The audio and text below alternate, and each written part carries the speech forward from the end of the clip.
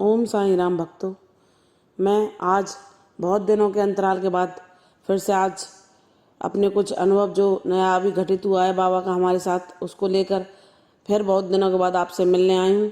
तो सुनिए और बाबा की कृपा को महसूस करिए कि बाबा कैसे अपने भक्तों के साथ हर पल रहते हैं और उन्हें अपनी उपस्थिति का एहसास कुछ ना कुछ अपनी चमत्कार देकर या अपना अनुभव देकर आप लोगों को बताते रहते हैं कि तुम घबराओ नहीं, विचलित ना हो। जीवन सुख और दुखों का साथ है, कभी सुख आते हैं और कभी दुख आते हैं, लेकिन मैं हर परिस्थिति में हर पल तुम्हें थामे रहता हूँ। तो घबराओ मत और मेरे साथ चलते रहो और मेरे बताए हुए मार्ग पर चलते रहो और तुम्हें एक ना एक दिन ऐसे खुशियाँ मिलेंगी जिनका कभी कोई अंत नहीं होगा और बाबा का ऐसा सद्मार्ग मिलेगा जिस पर चलकर तुम हमेशा के लिए सुकून और शांति पा सकते हो। तो बात यह है कि मैं बाबा को बहुत दिनों से याद भी करती थी और हमेशा याद करती हूँ। बाबा मुझे ज्योति स्वरूप में, मैंने कई बार आपको वीडियो भी डाला है और दर्शन देते रहते हैं ज्योति में हमें बाबा। और बाबा ने एक दिन मैं किचन में काम कर रही थी तो वहाँ पे पीछे की जो हमारी किचन की दीवार है उस पर शहद बहने जैसे निशान अपने आप प्रकट हो गए।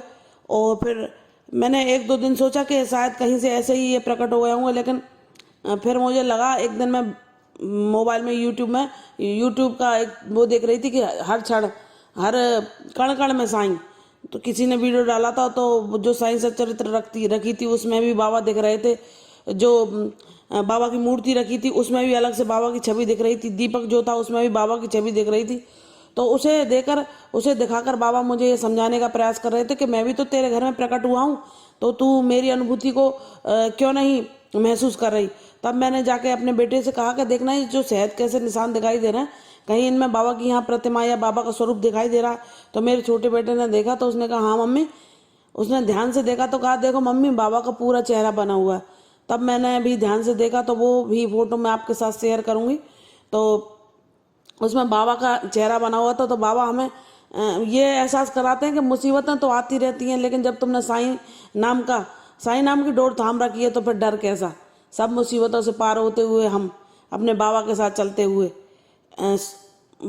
चलते हुए खुशियाँ पाएंगे, ये हमें विश्वास रखना चाहिए और मुझे भी ये पूर्ण विश्वास है।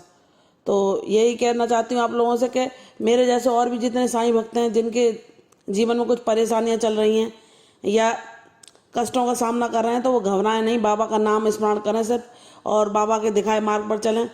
सबको अन्नदान करें, सबको कुछ ना कुछ, पक्षियों को या आपके घर कोई कुत्ते या गाय आते हैं उनको दें। आपसे जितना भी बन सकता है किसी गरीब की सहायता करें, जो आप कर सकते हैं अपने आराम से, तो वो करें। यही बाबा का मार्ग है और बाबा की यही सच्ची पूजा है और बाबा हमको हर कठिनाइयों से, हर परेशानियों से पार ले जाते हैं। सच्चाई के मार्ग पर चलें, यही कहती हूँ। और बाबा पर अपना आस्था और विश्वास बढ़ाए रखें। आस्था और विश्वास से हम सब मुसीबतों को पार करके और सच्चे सुख को पा सकते हैं। ओम साईं राम, जय साईं राम।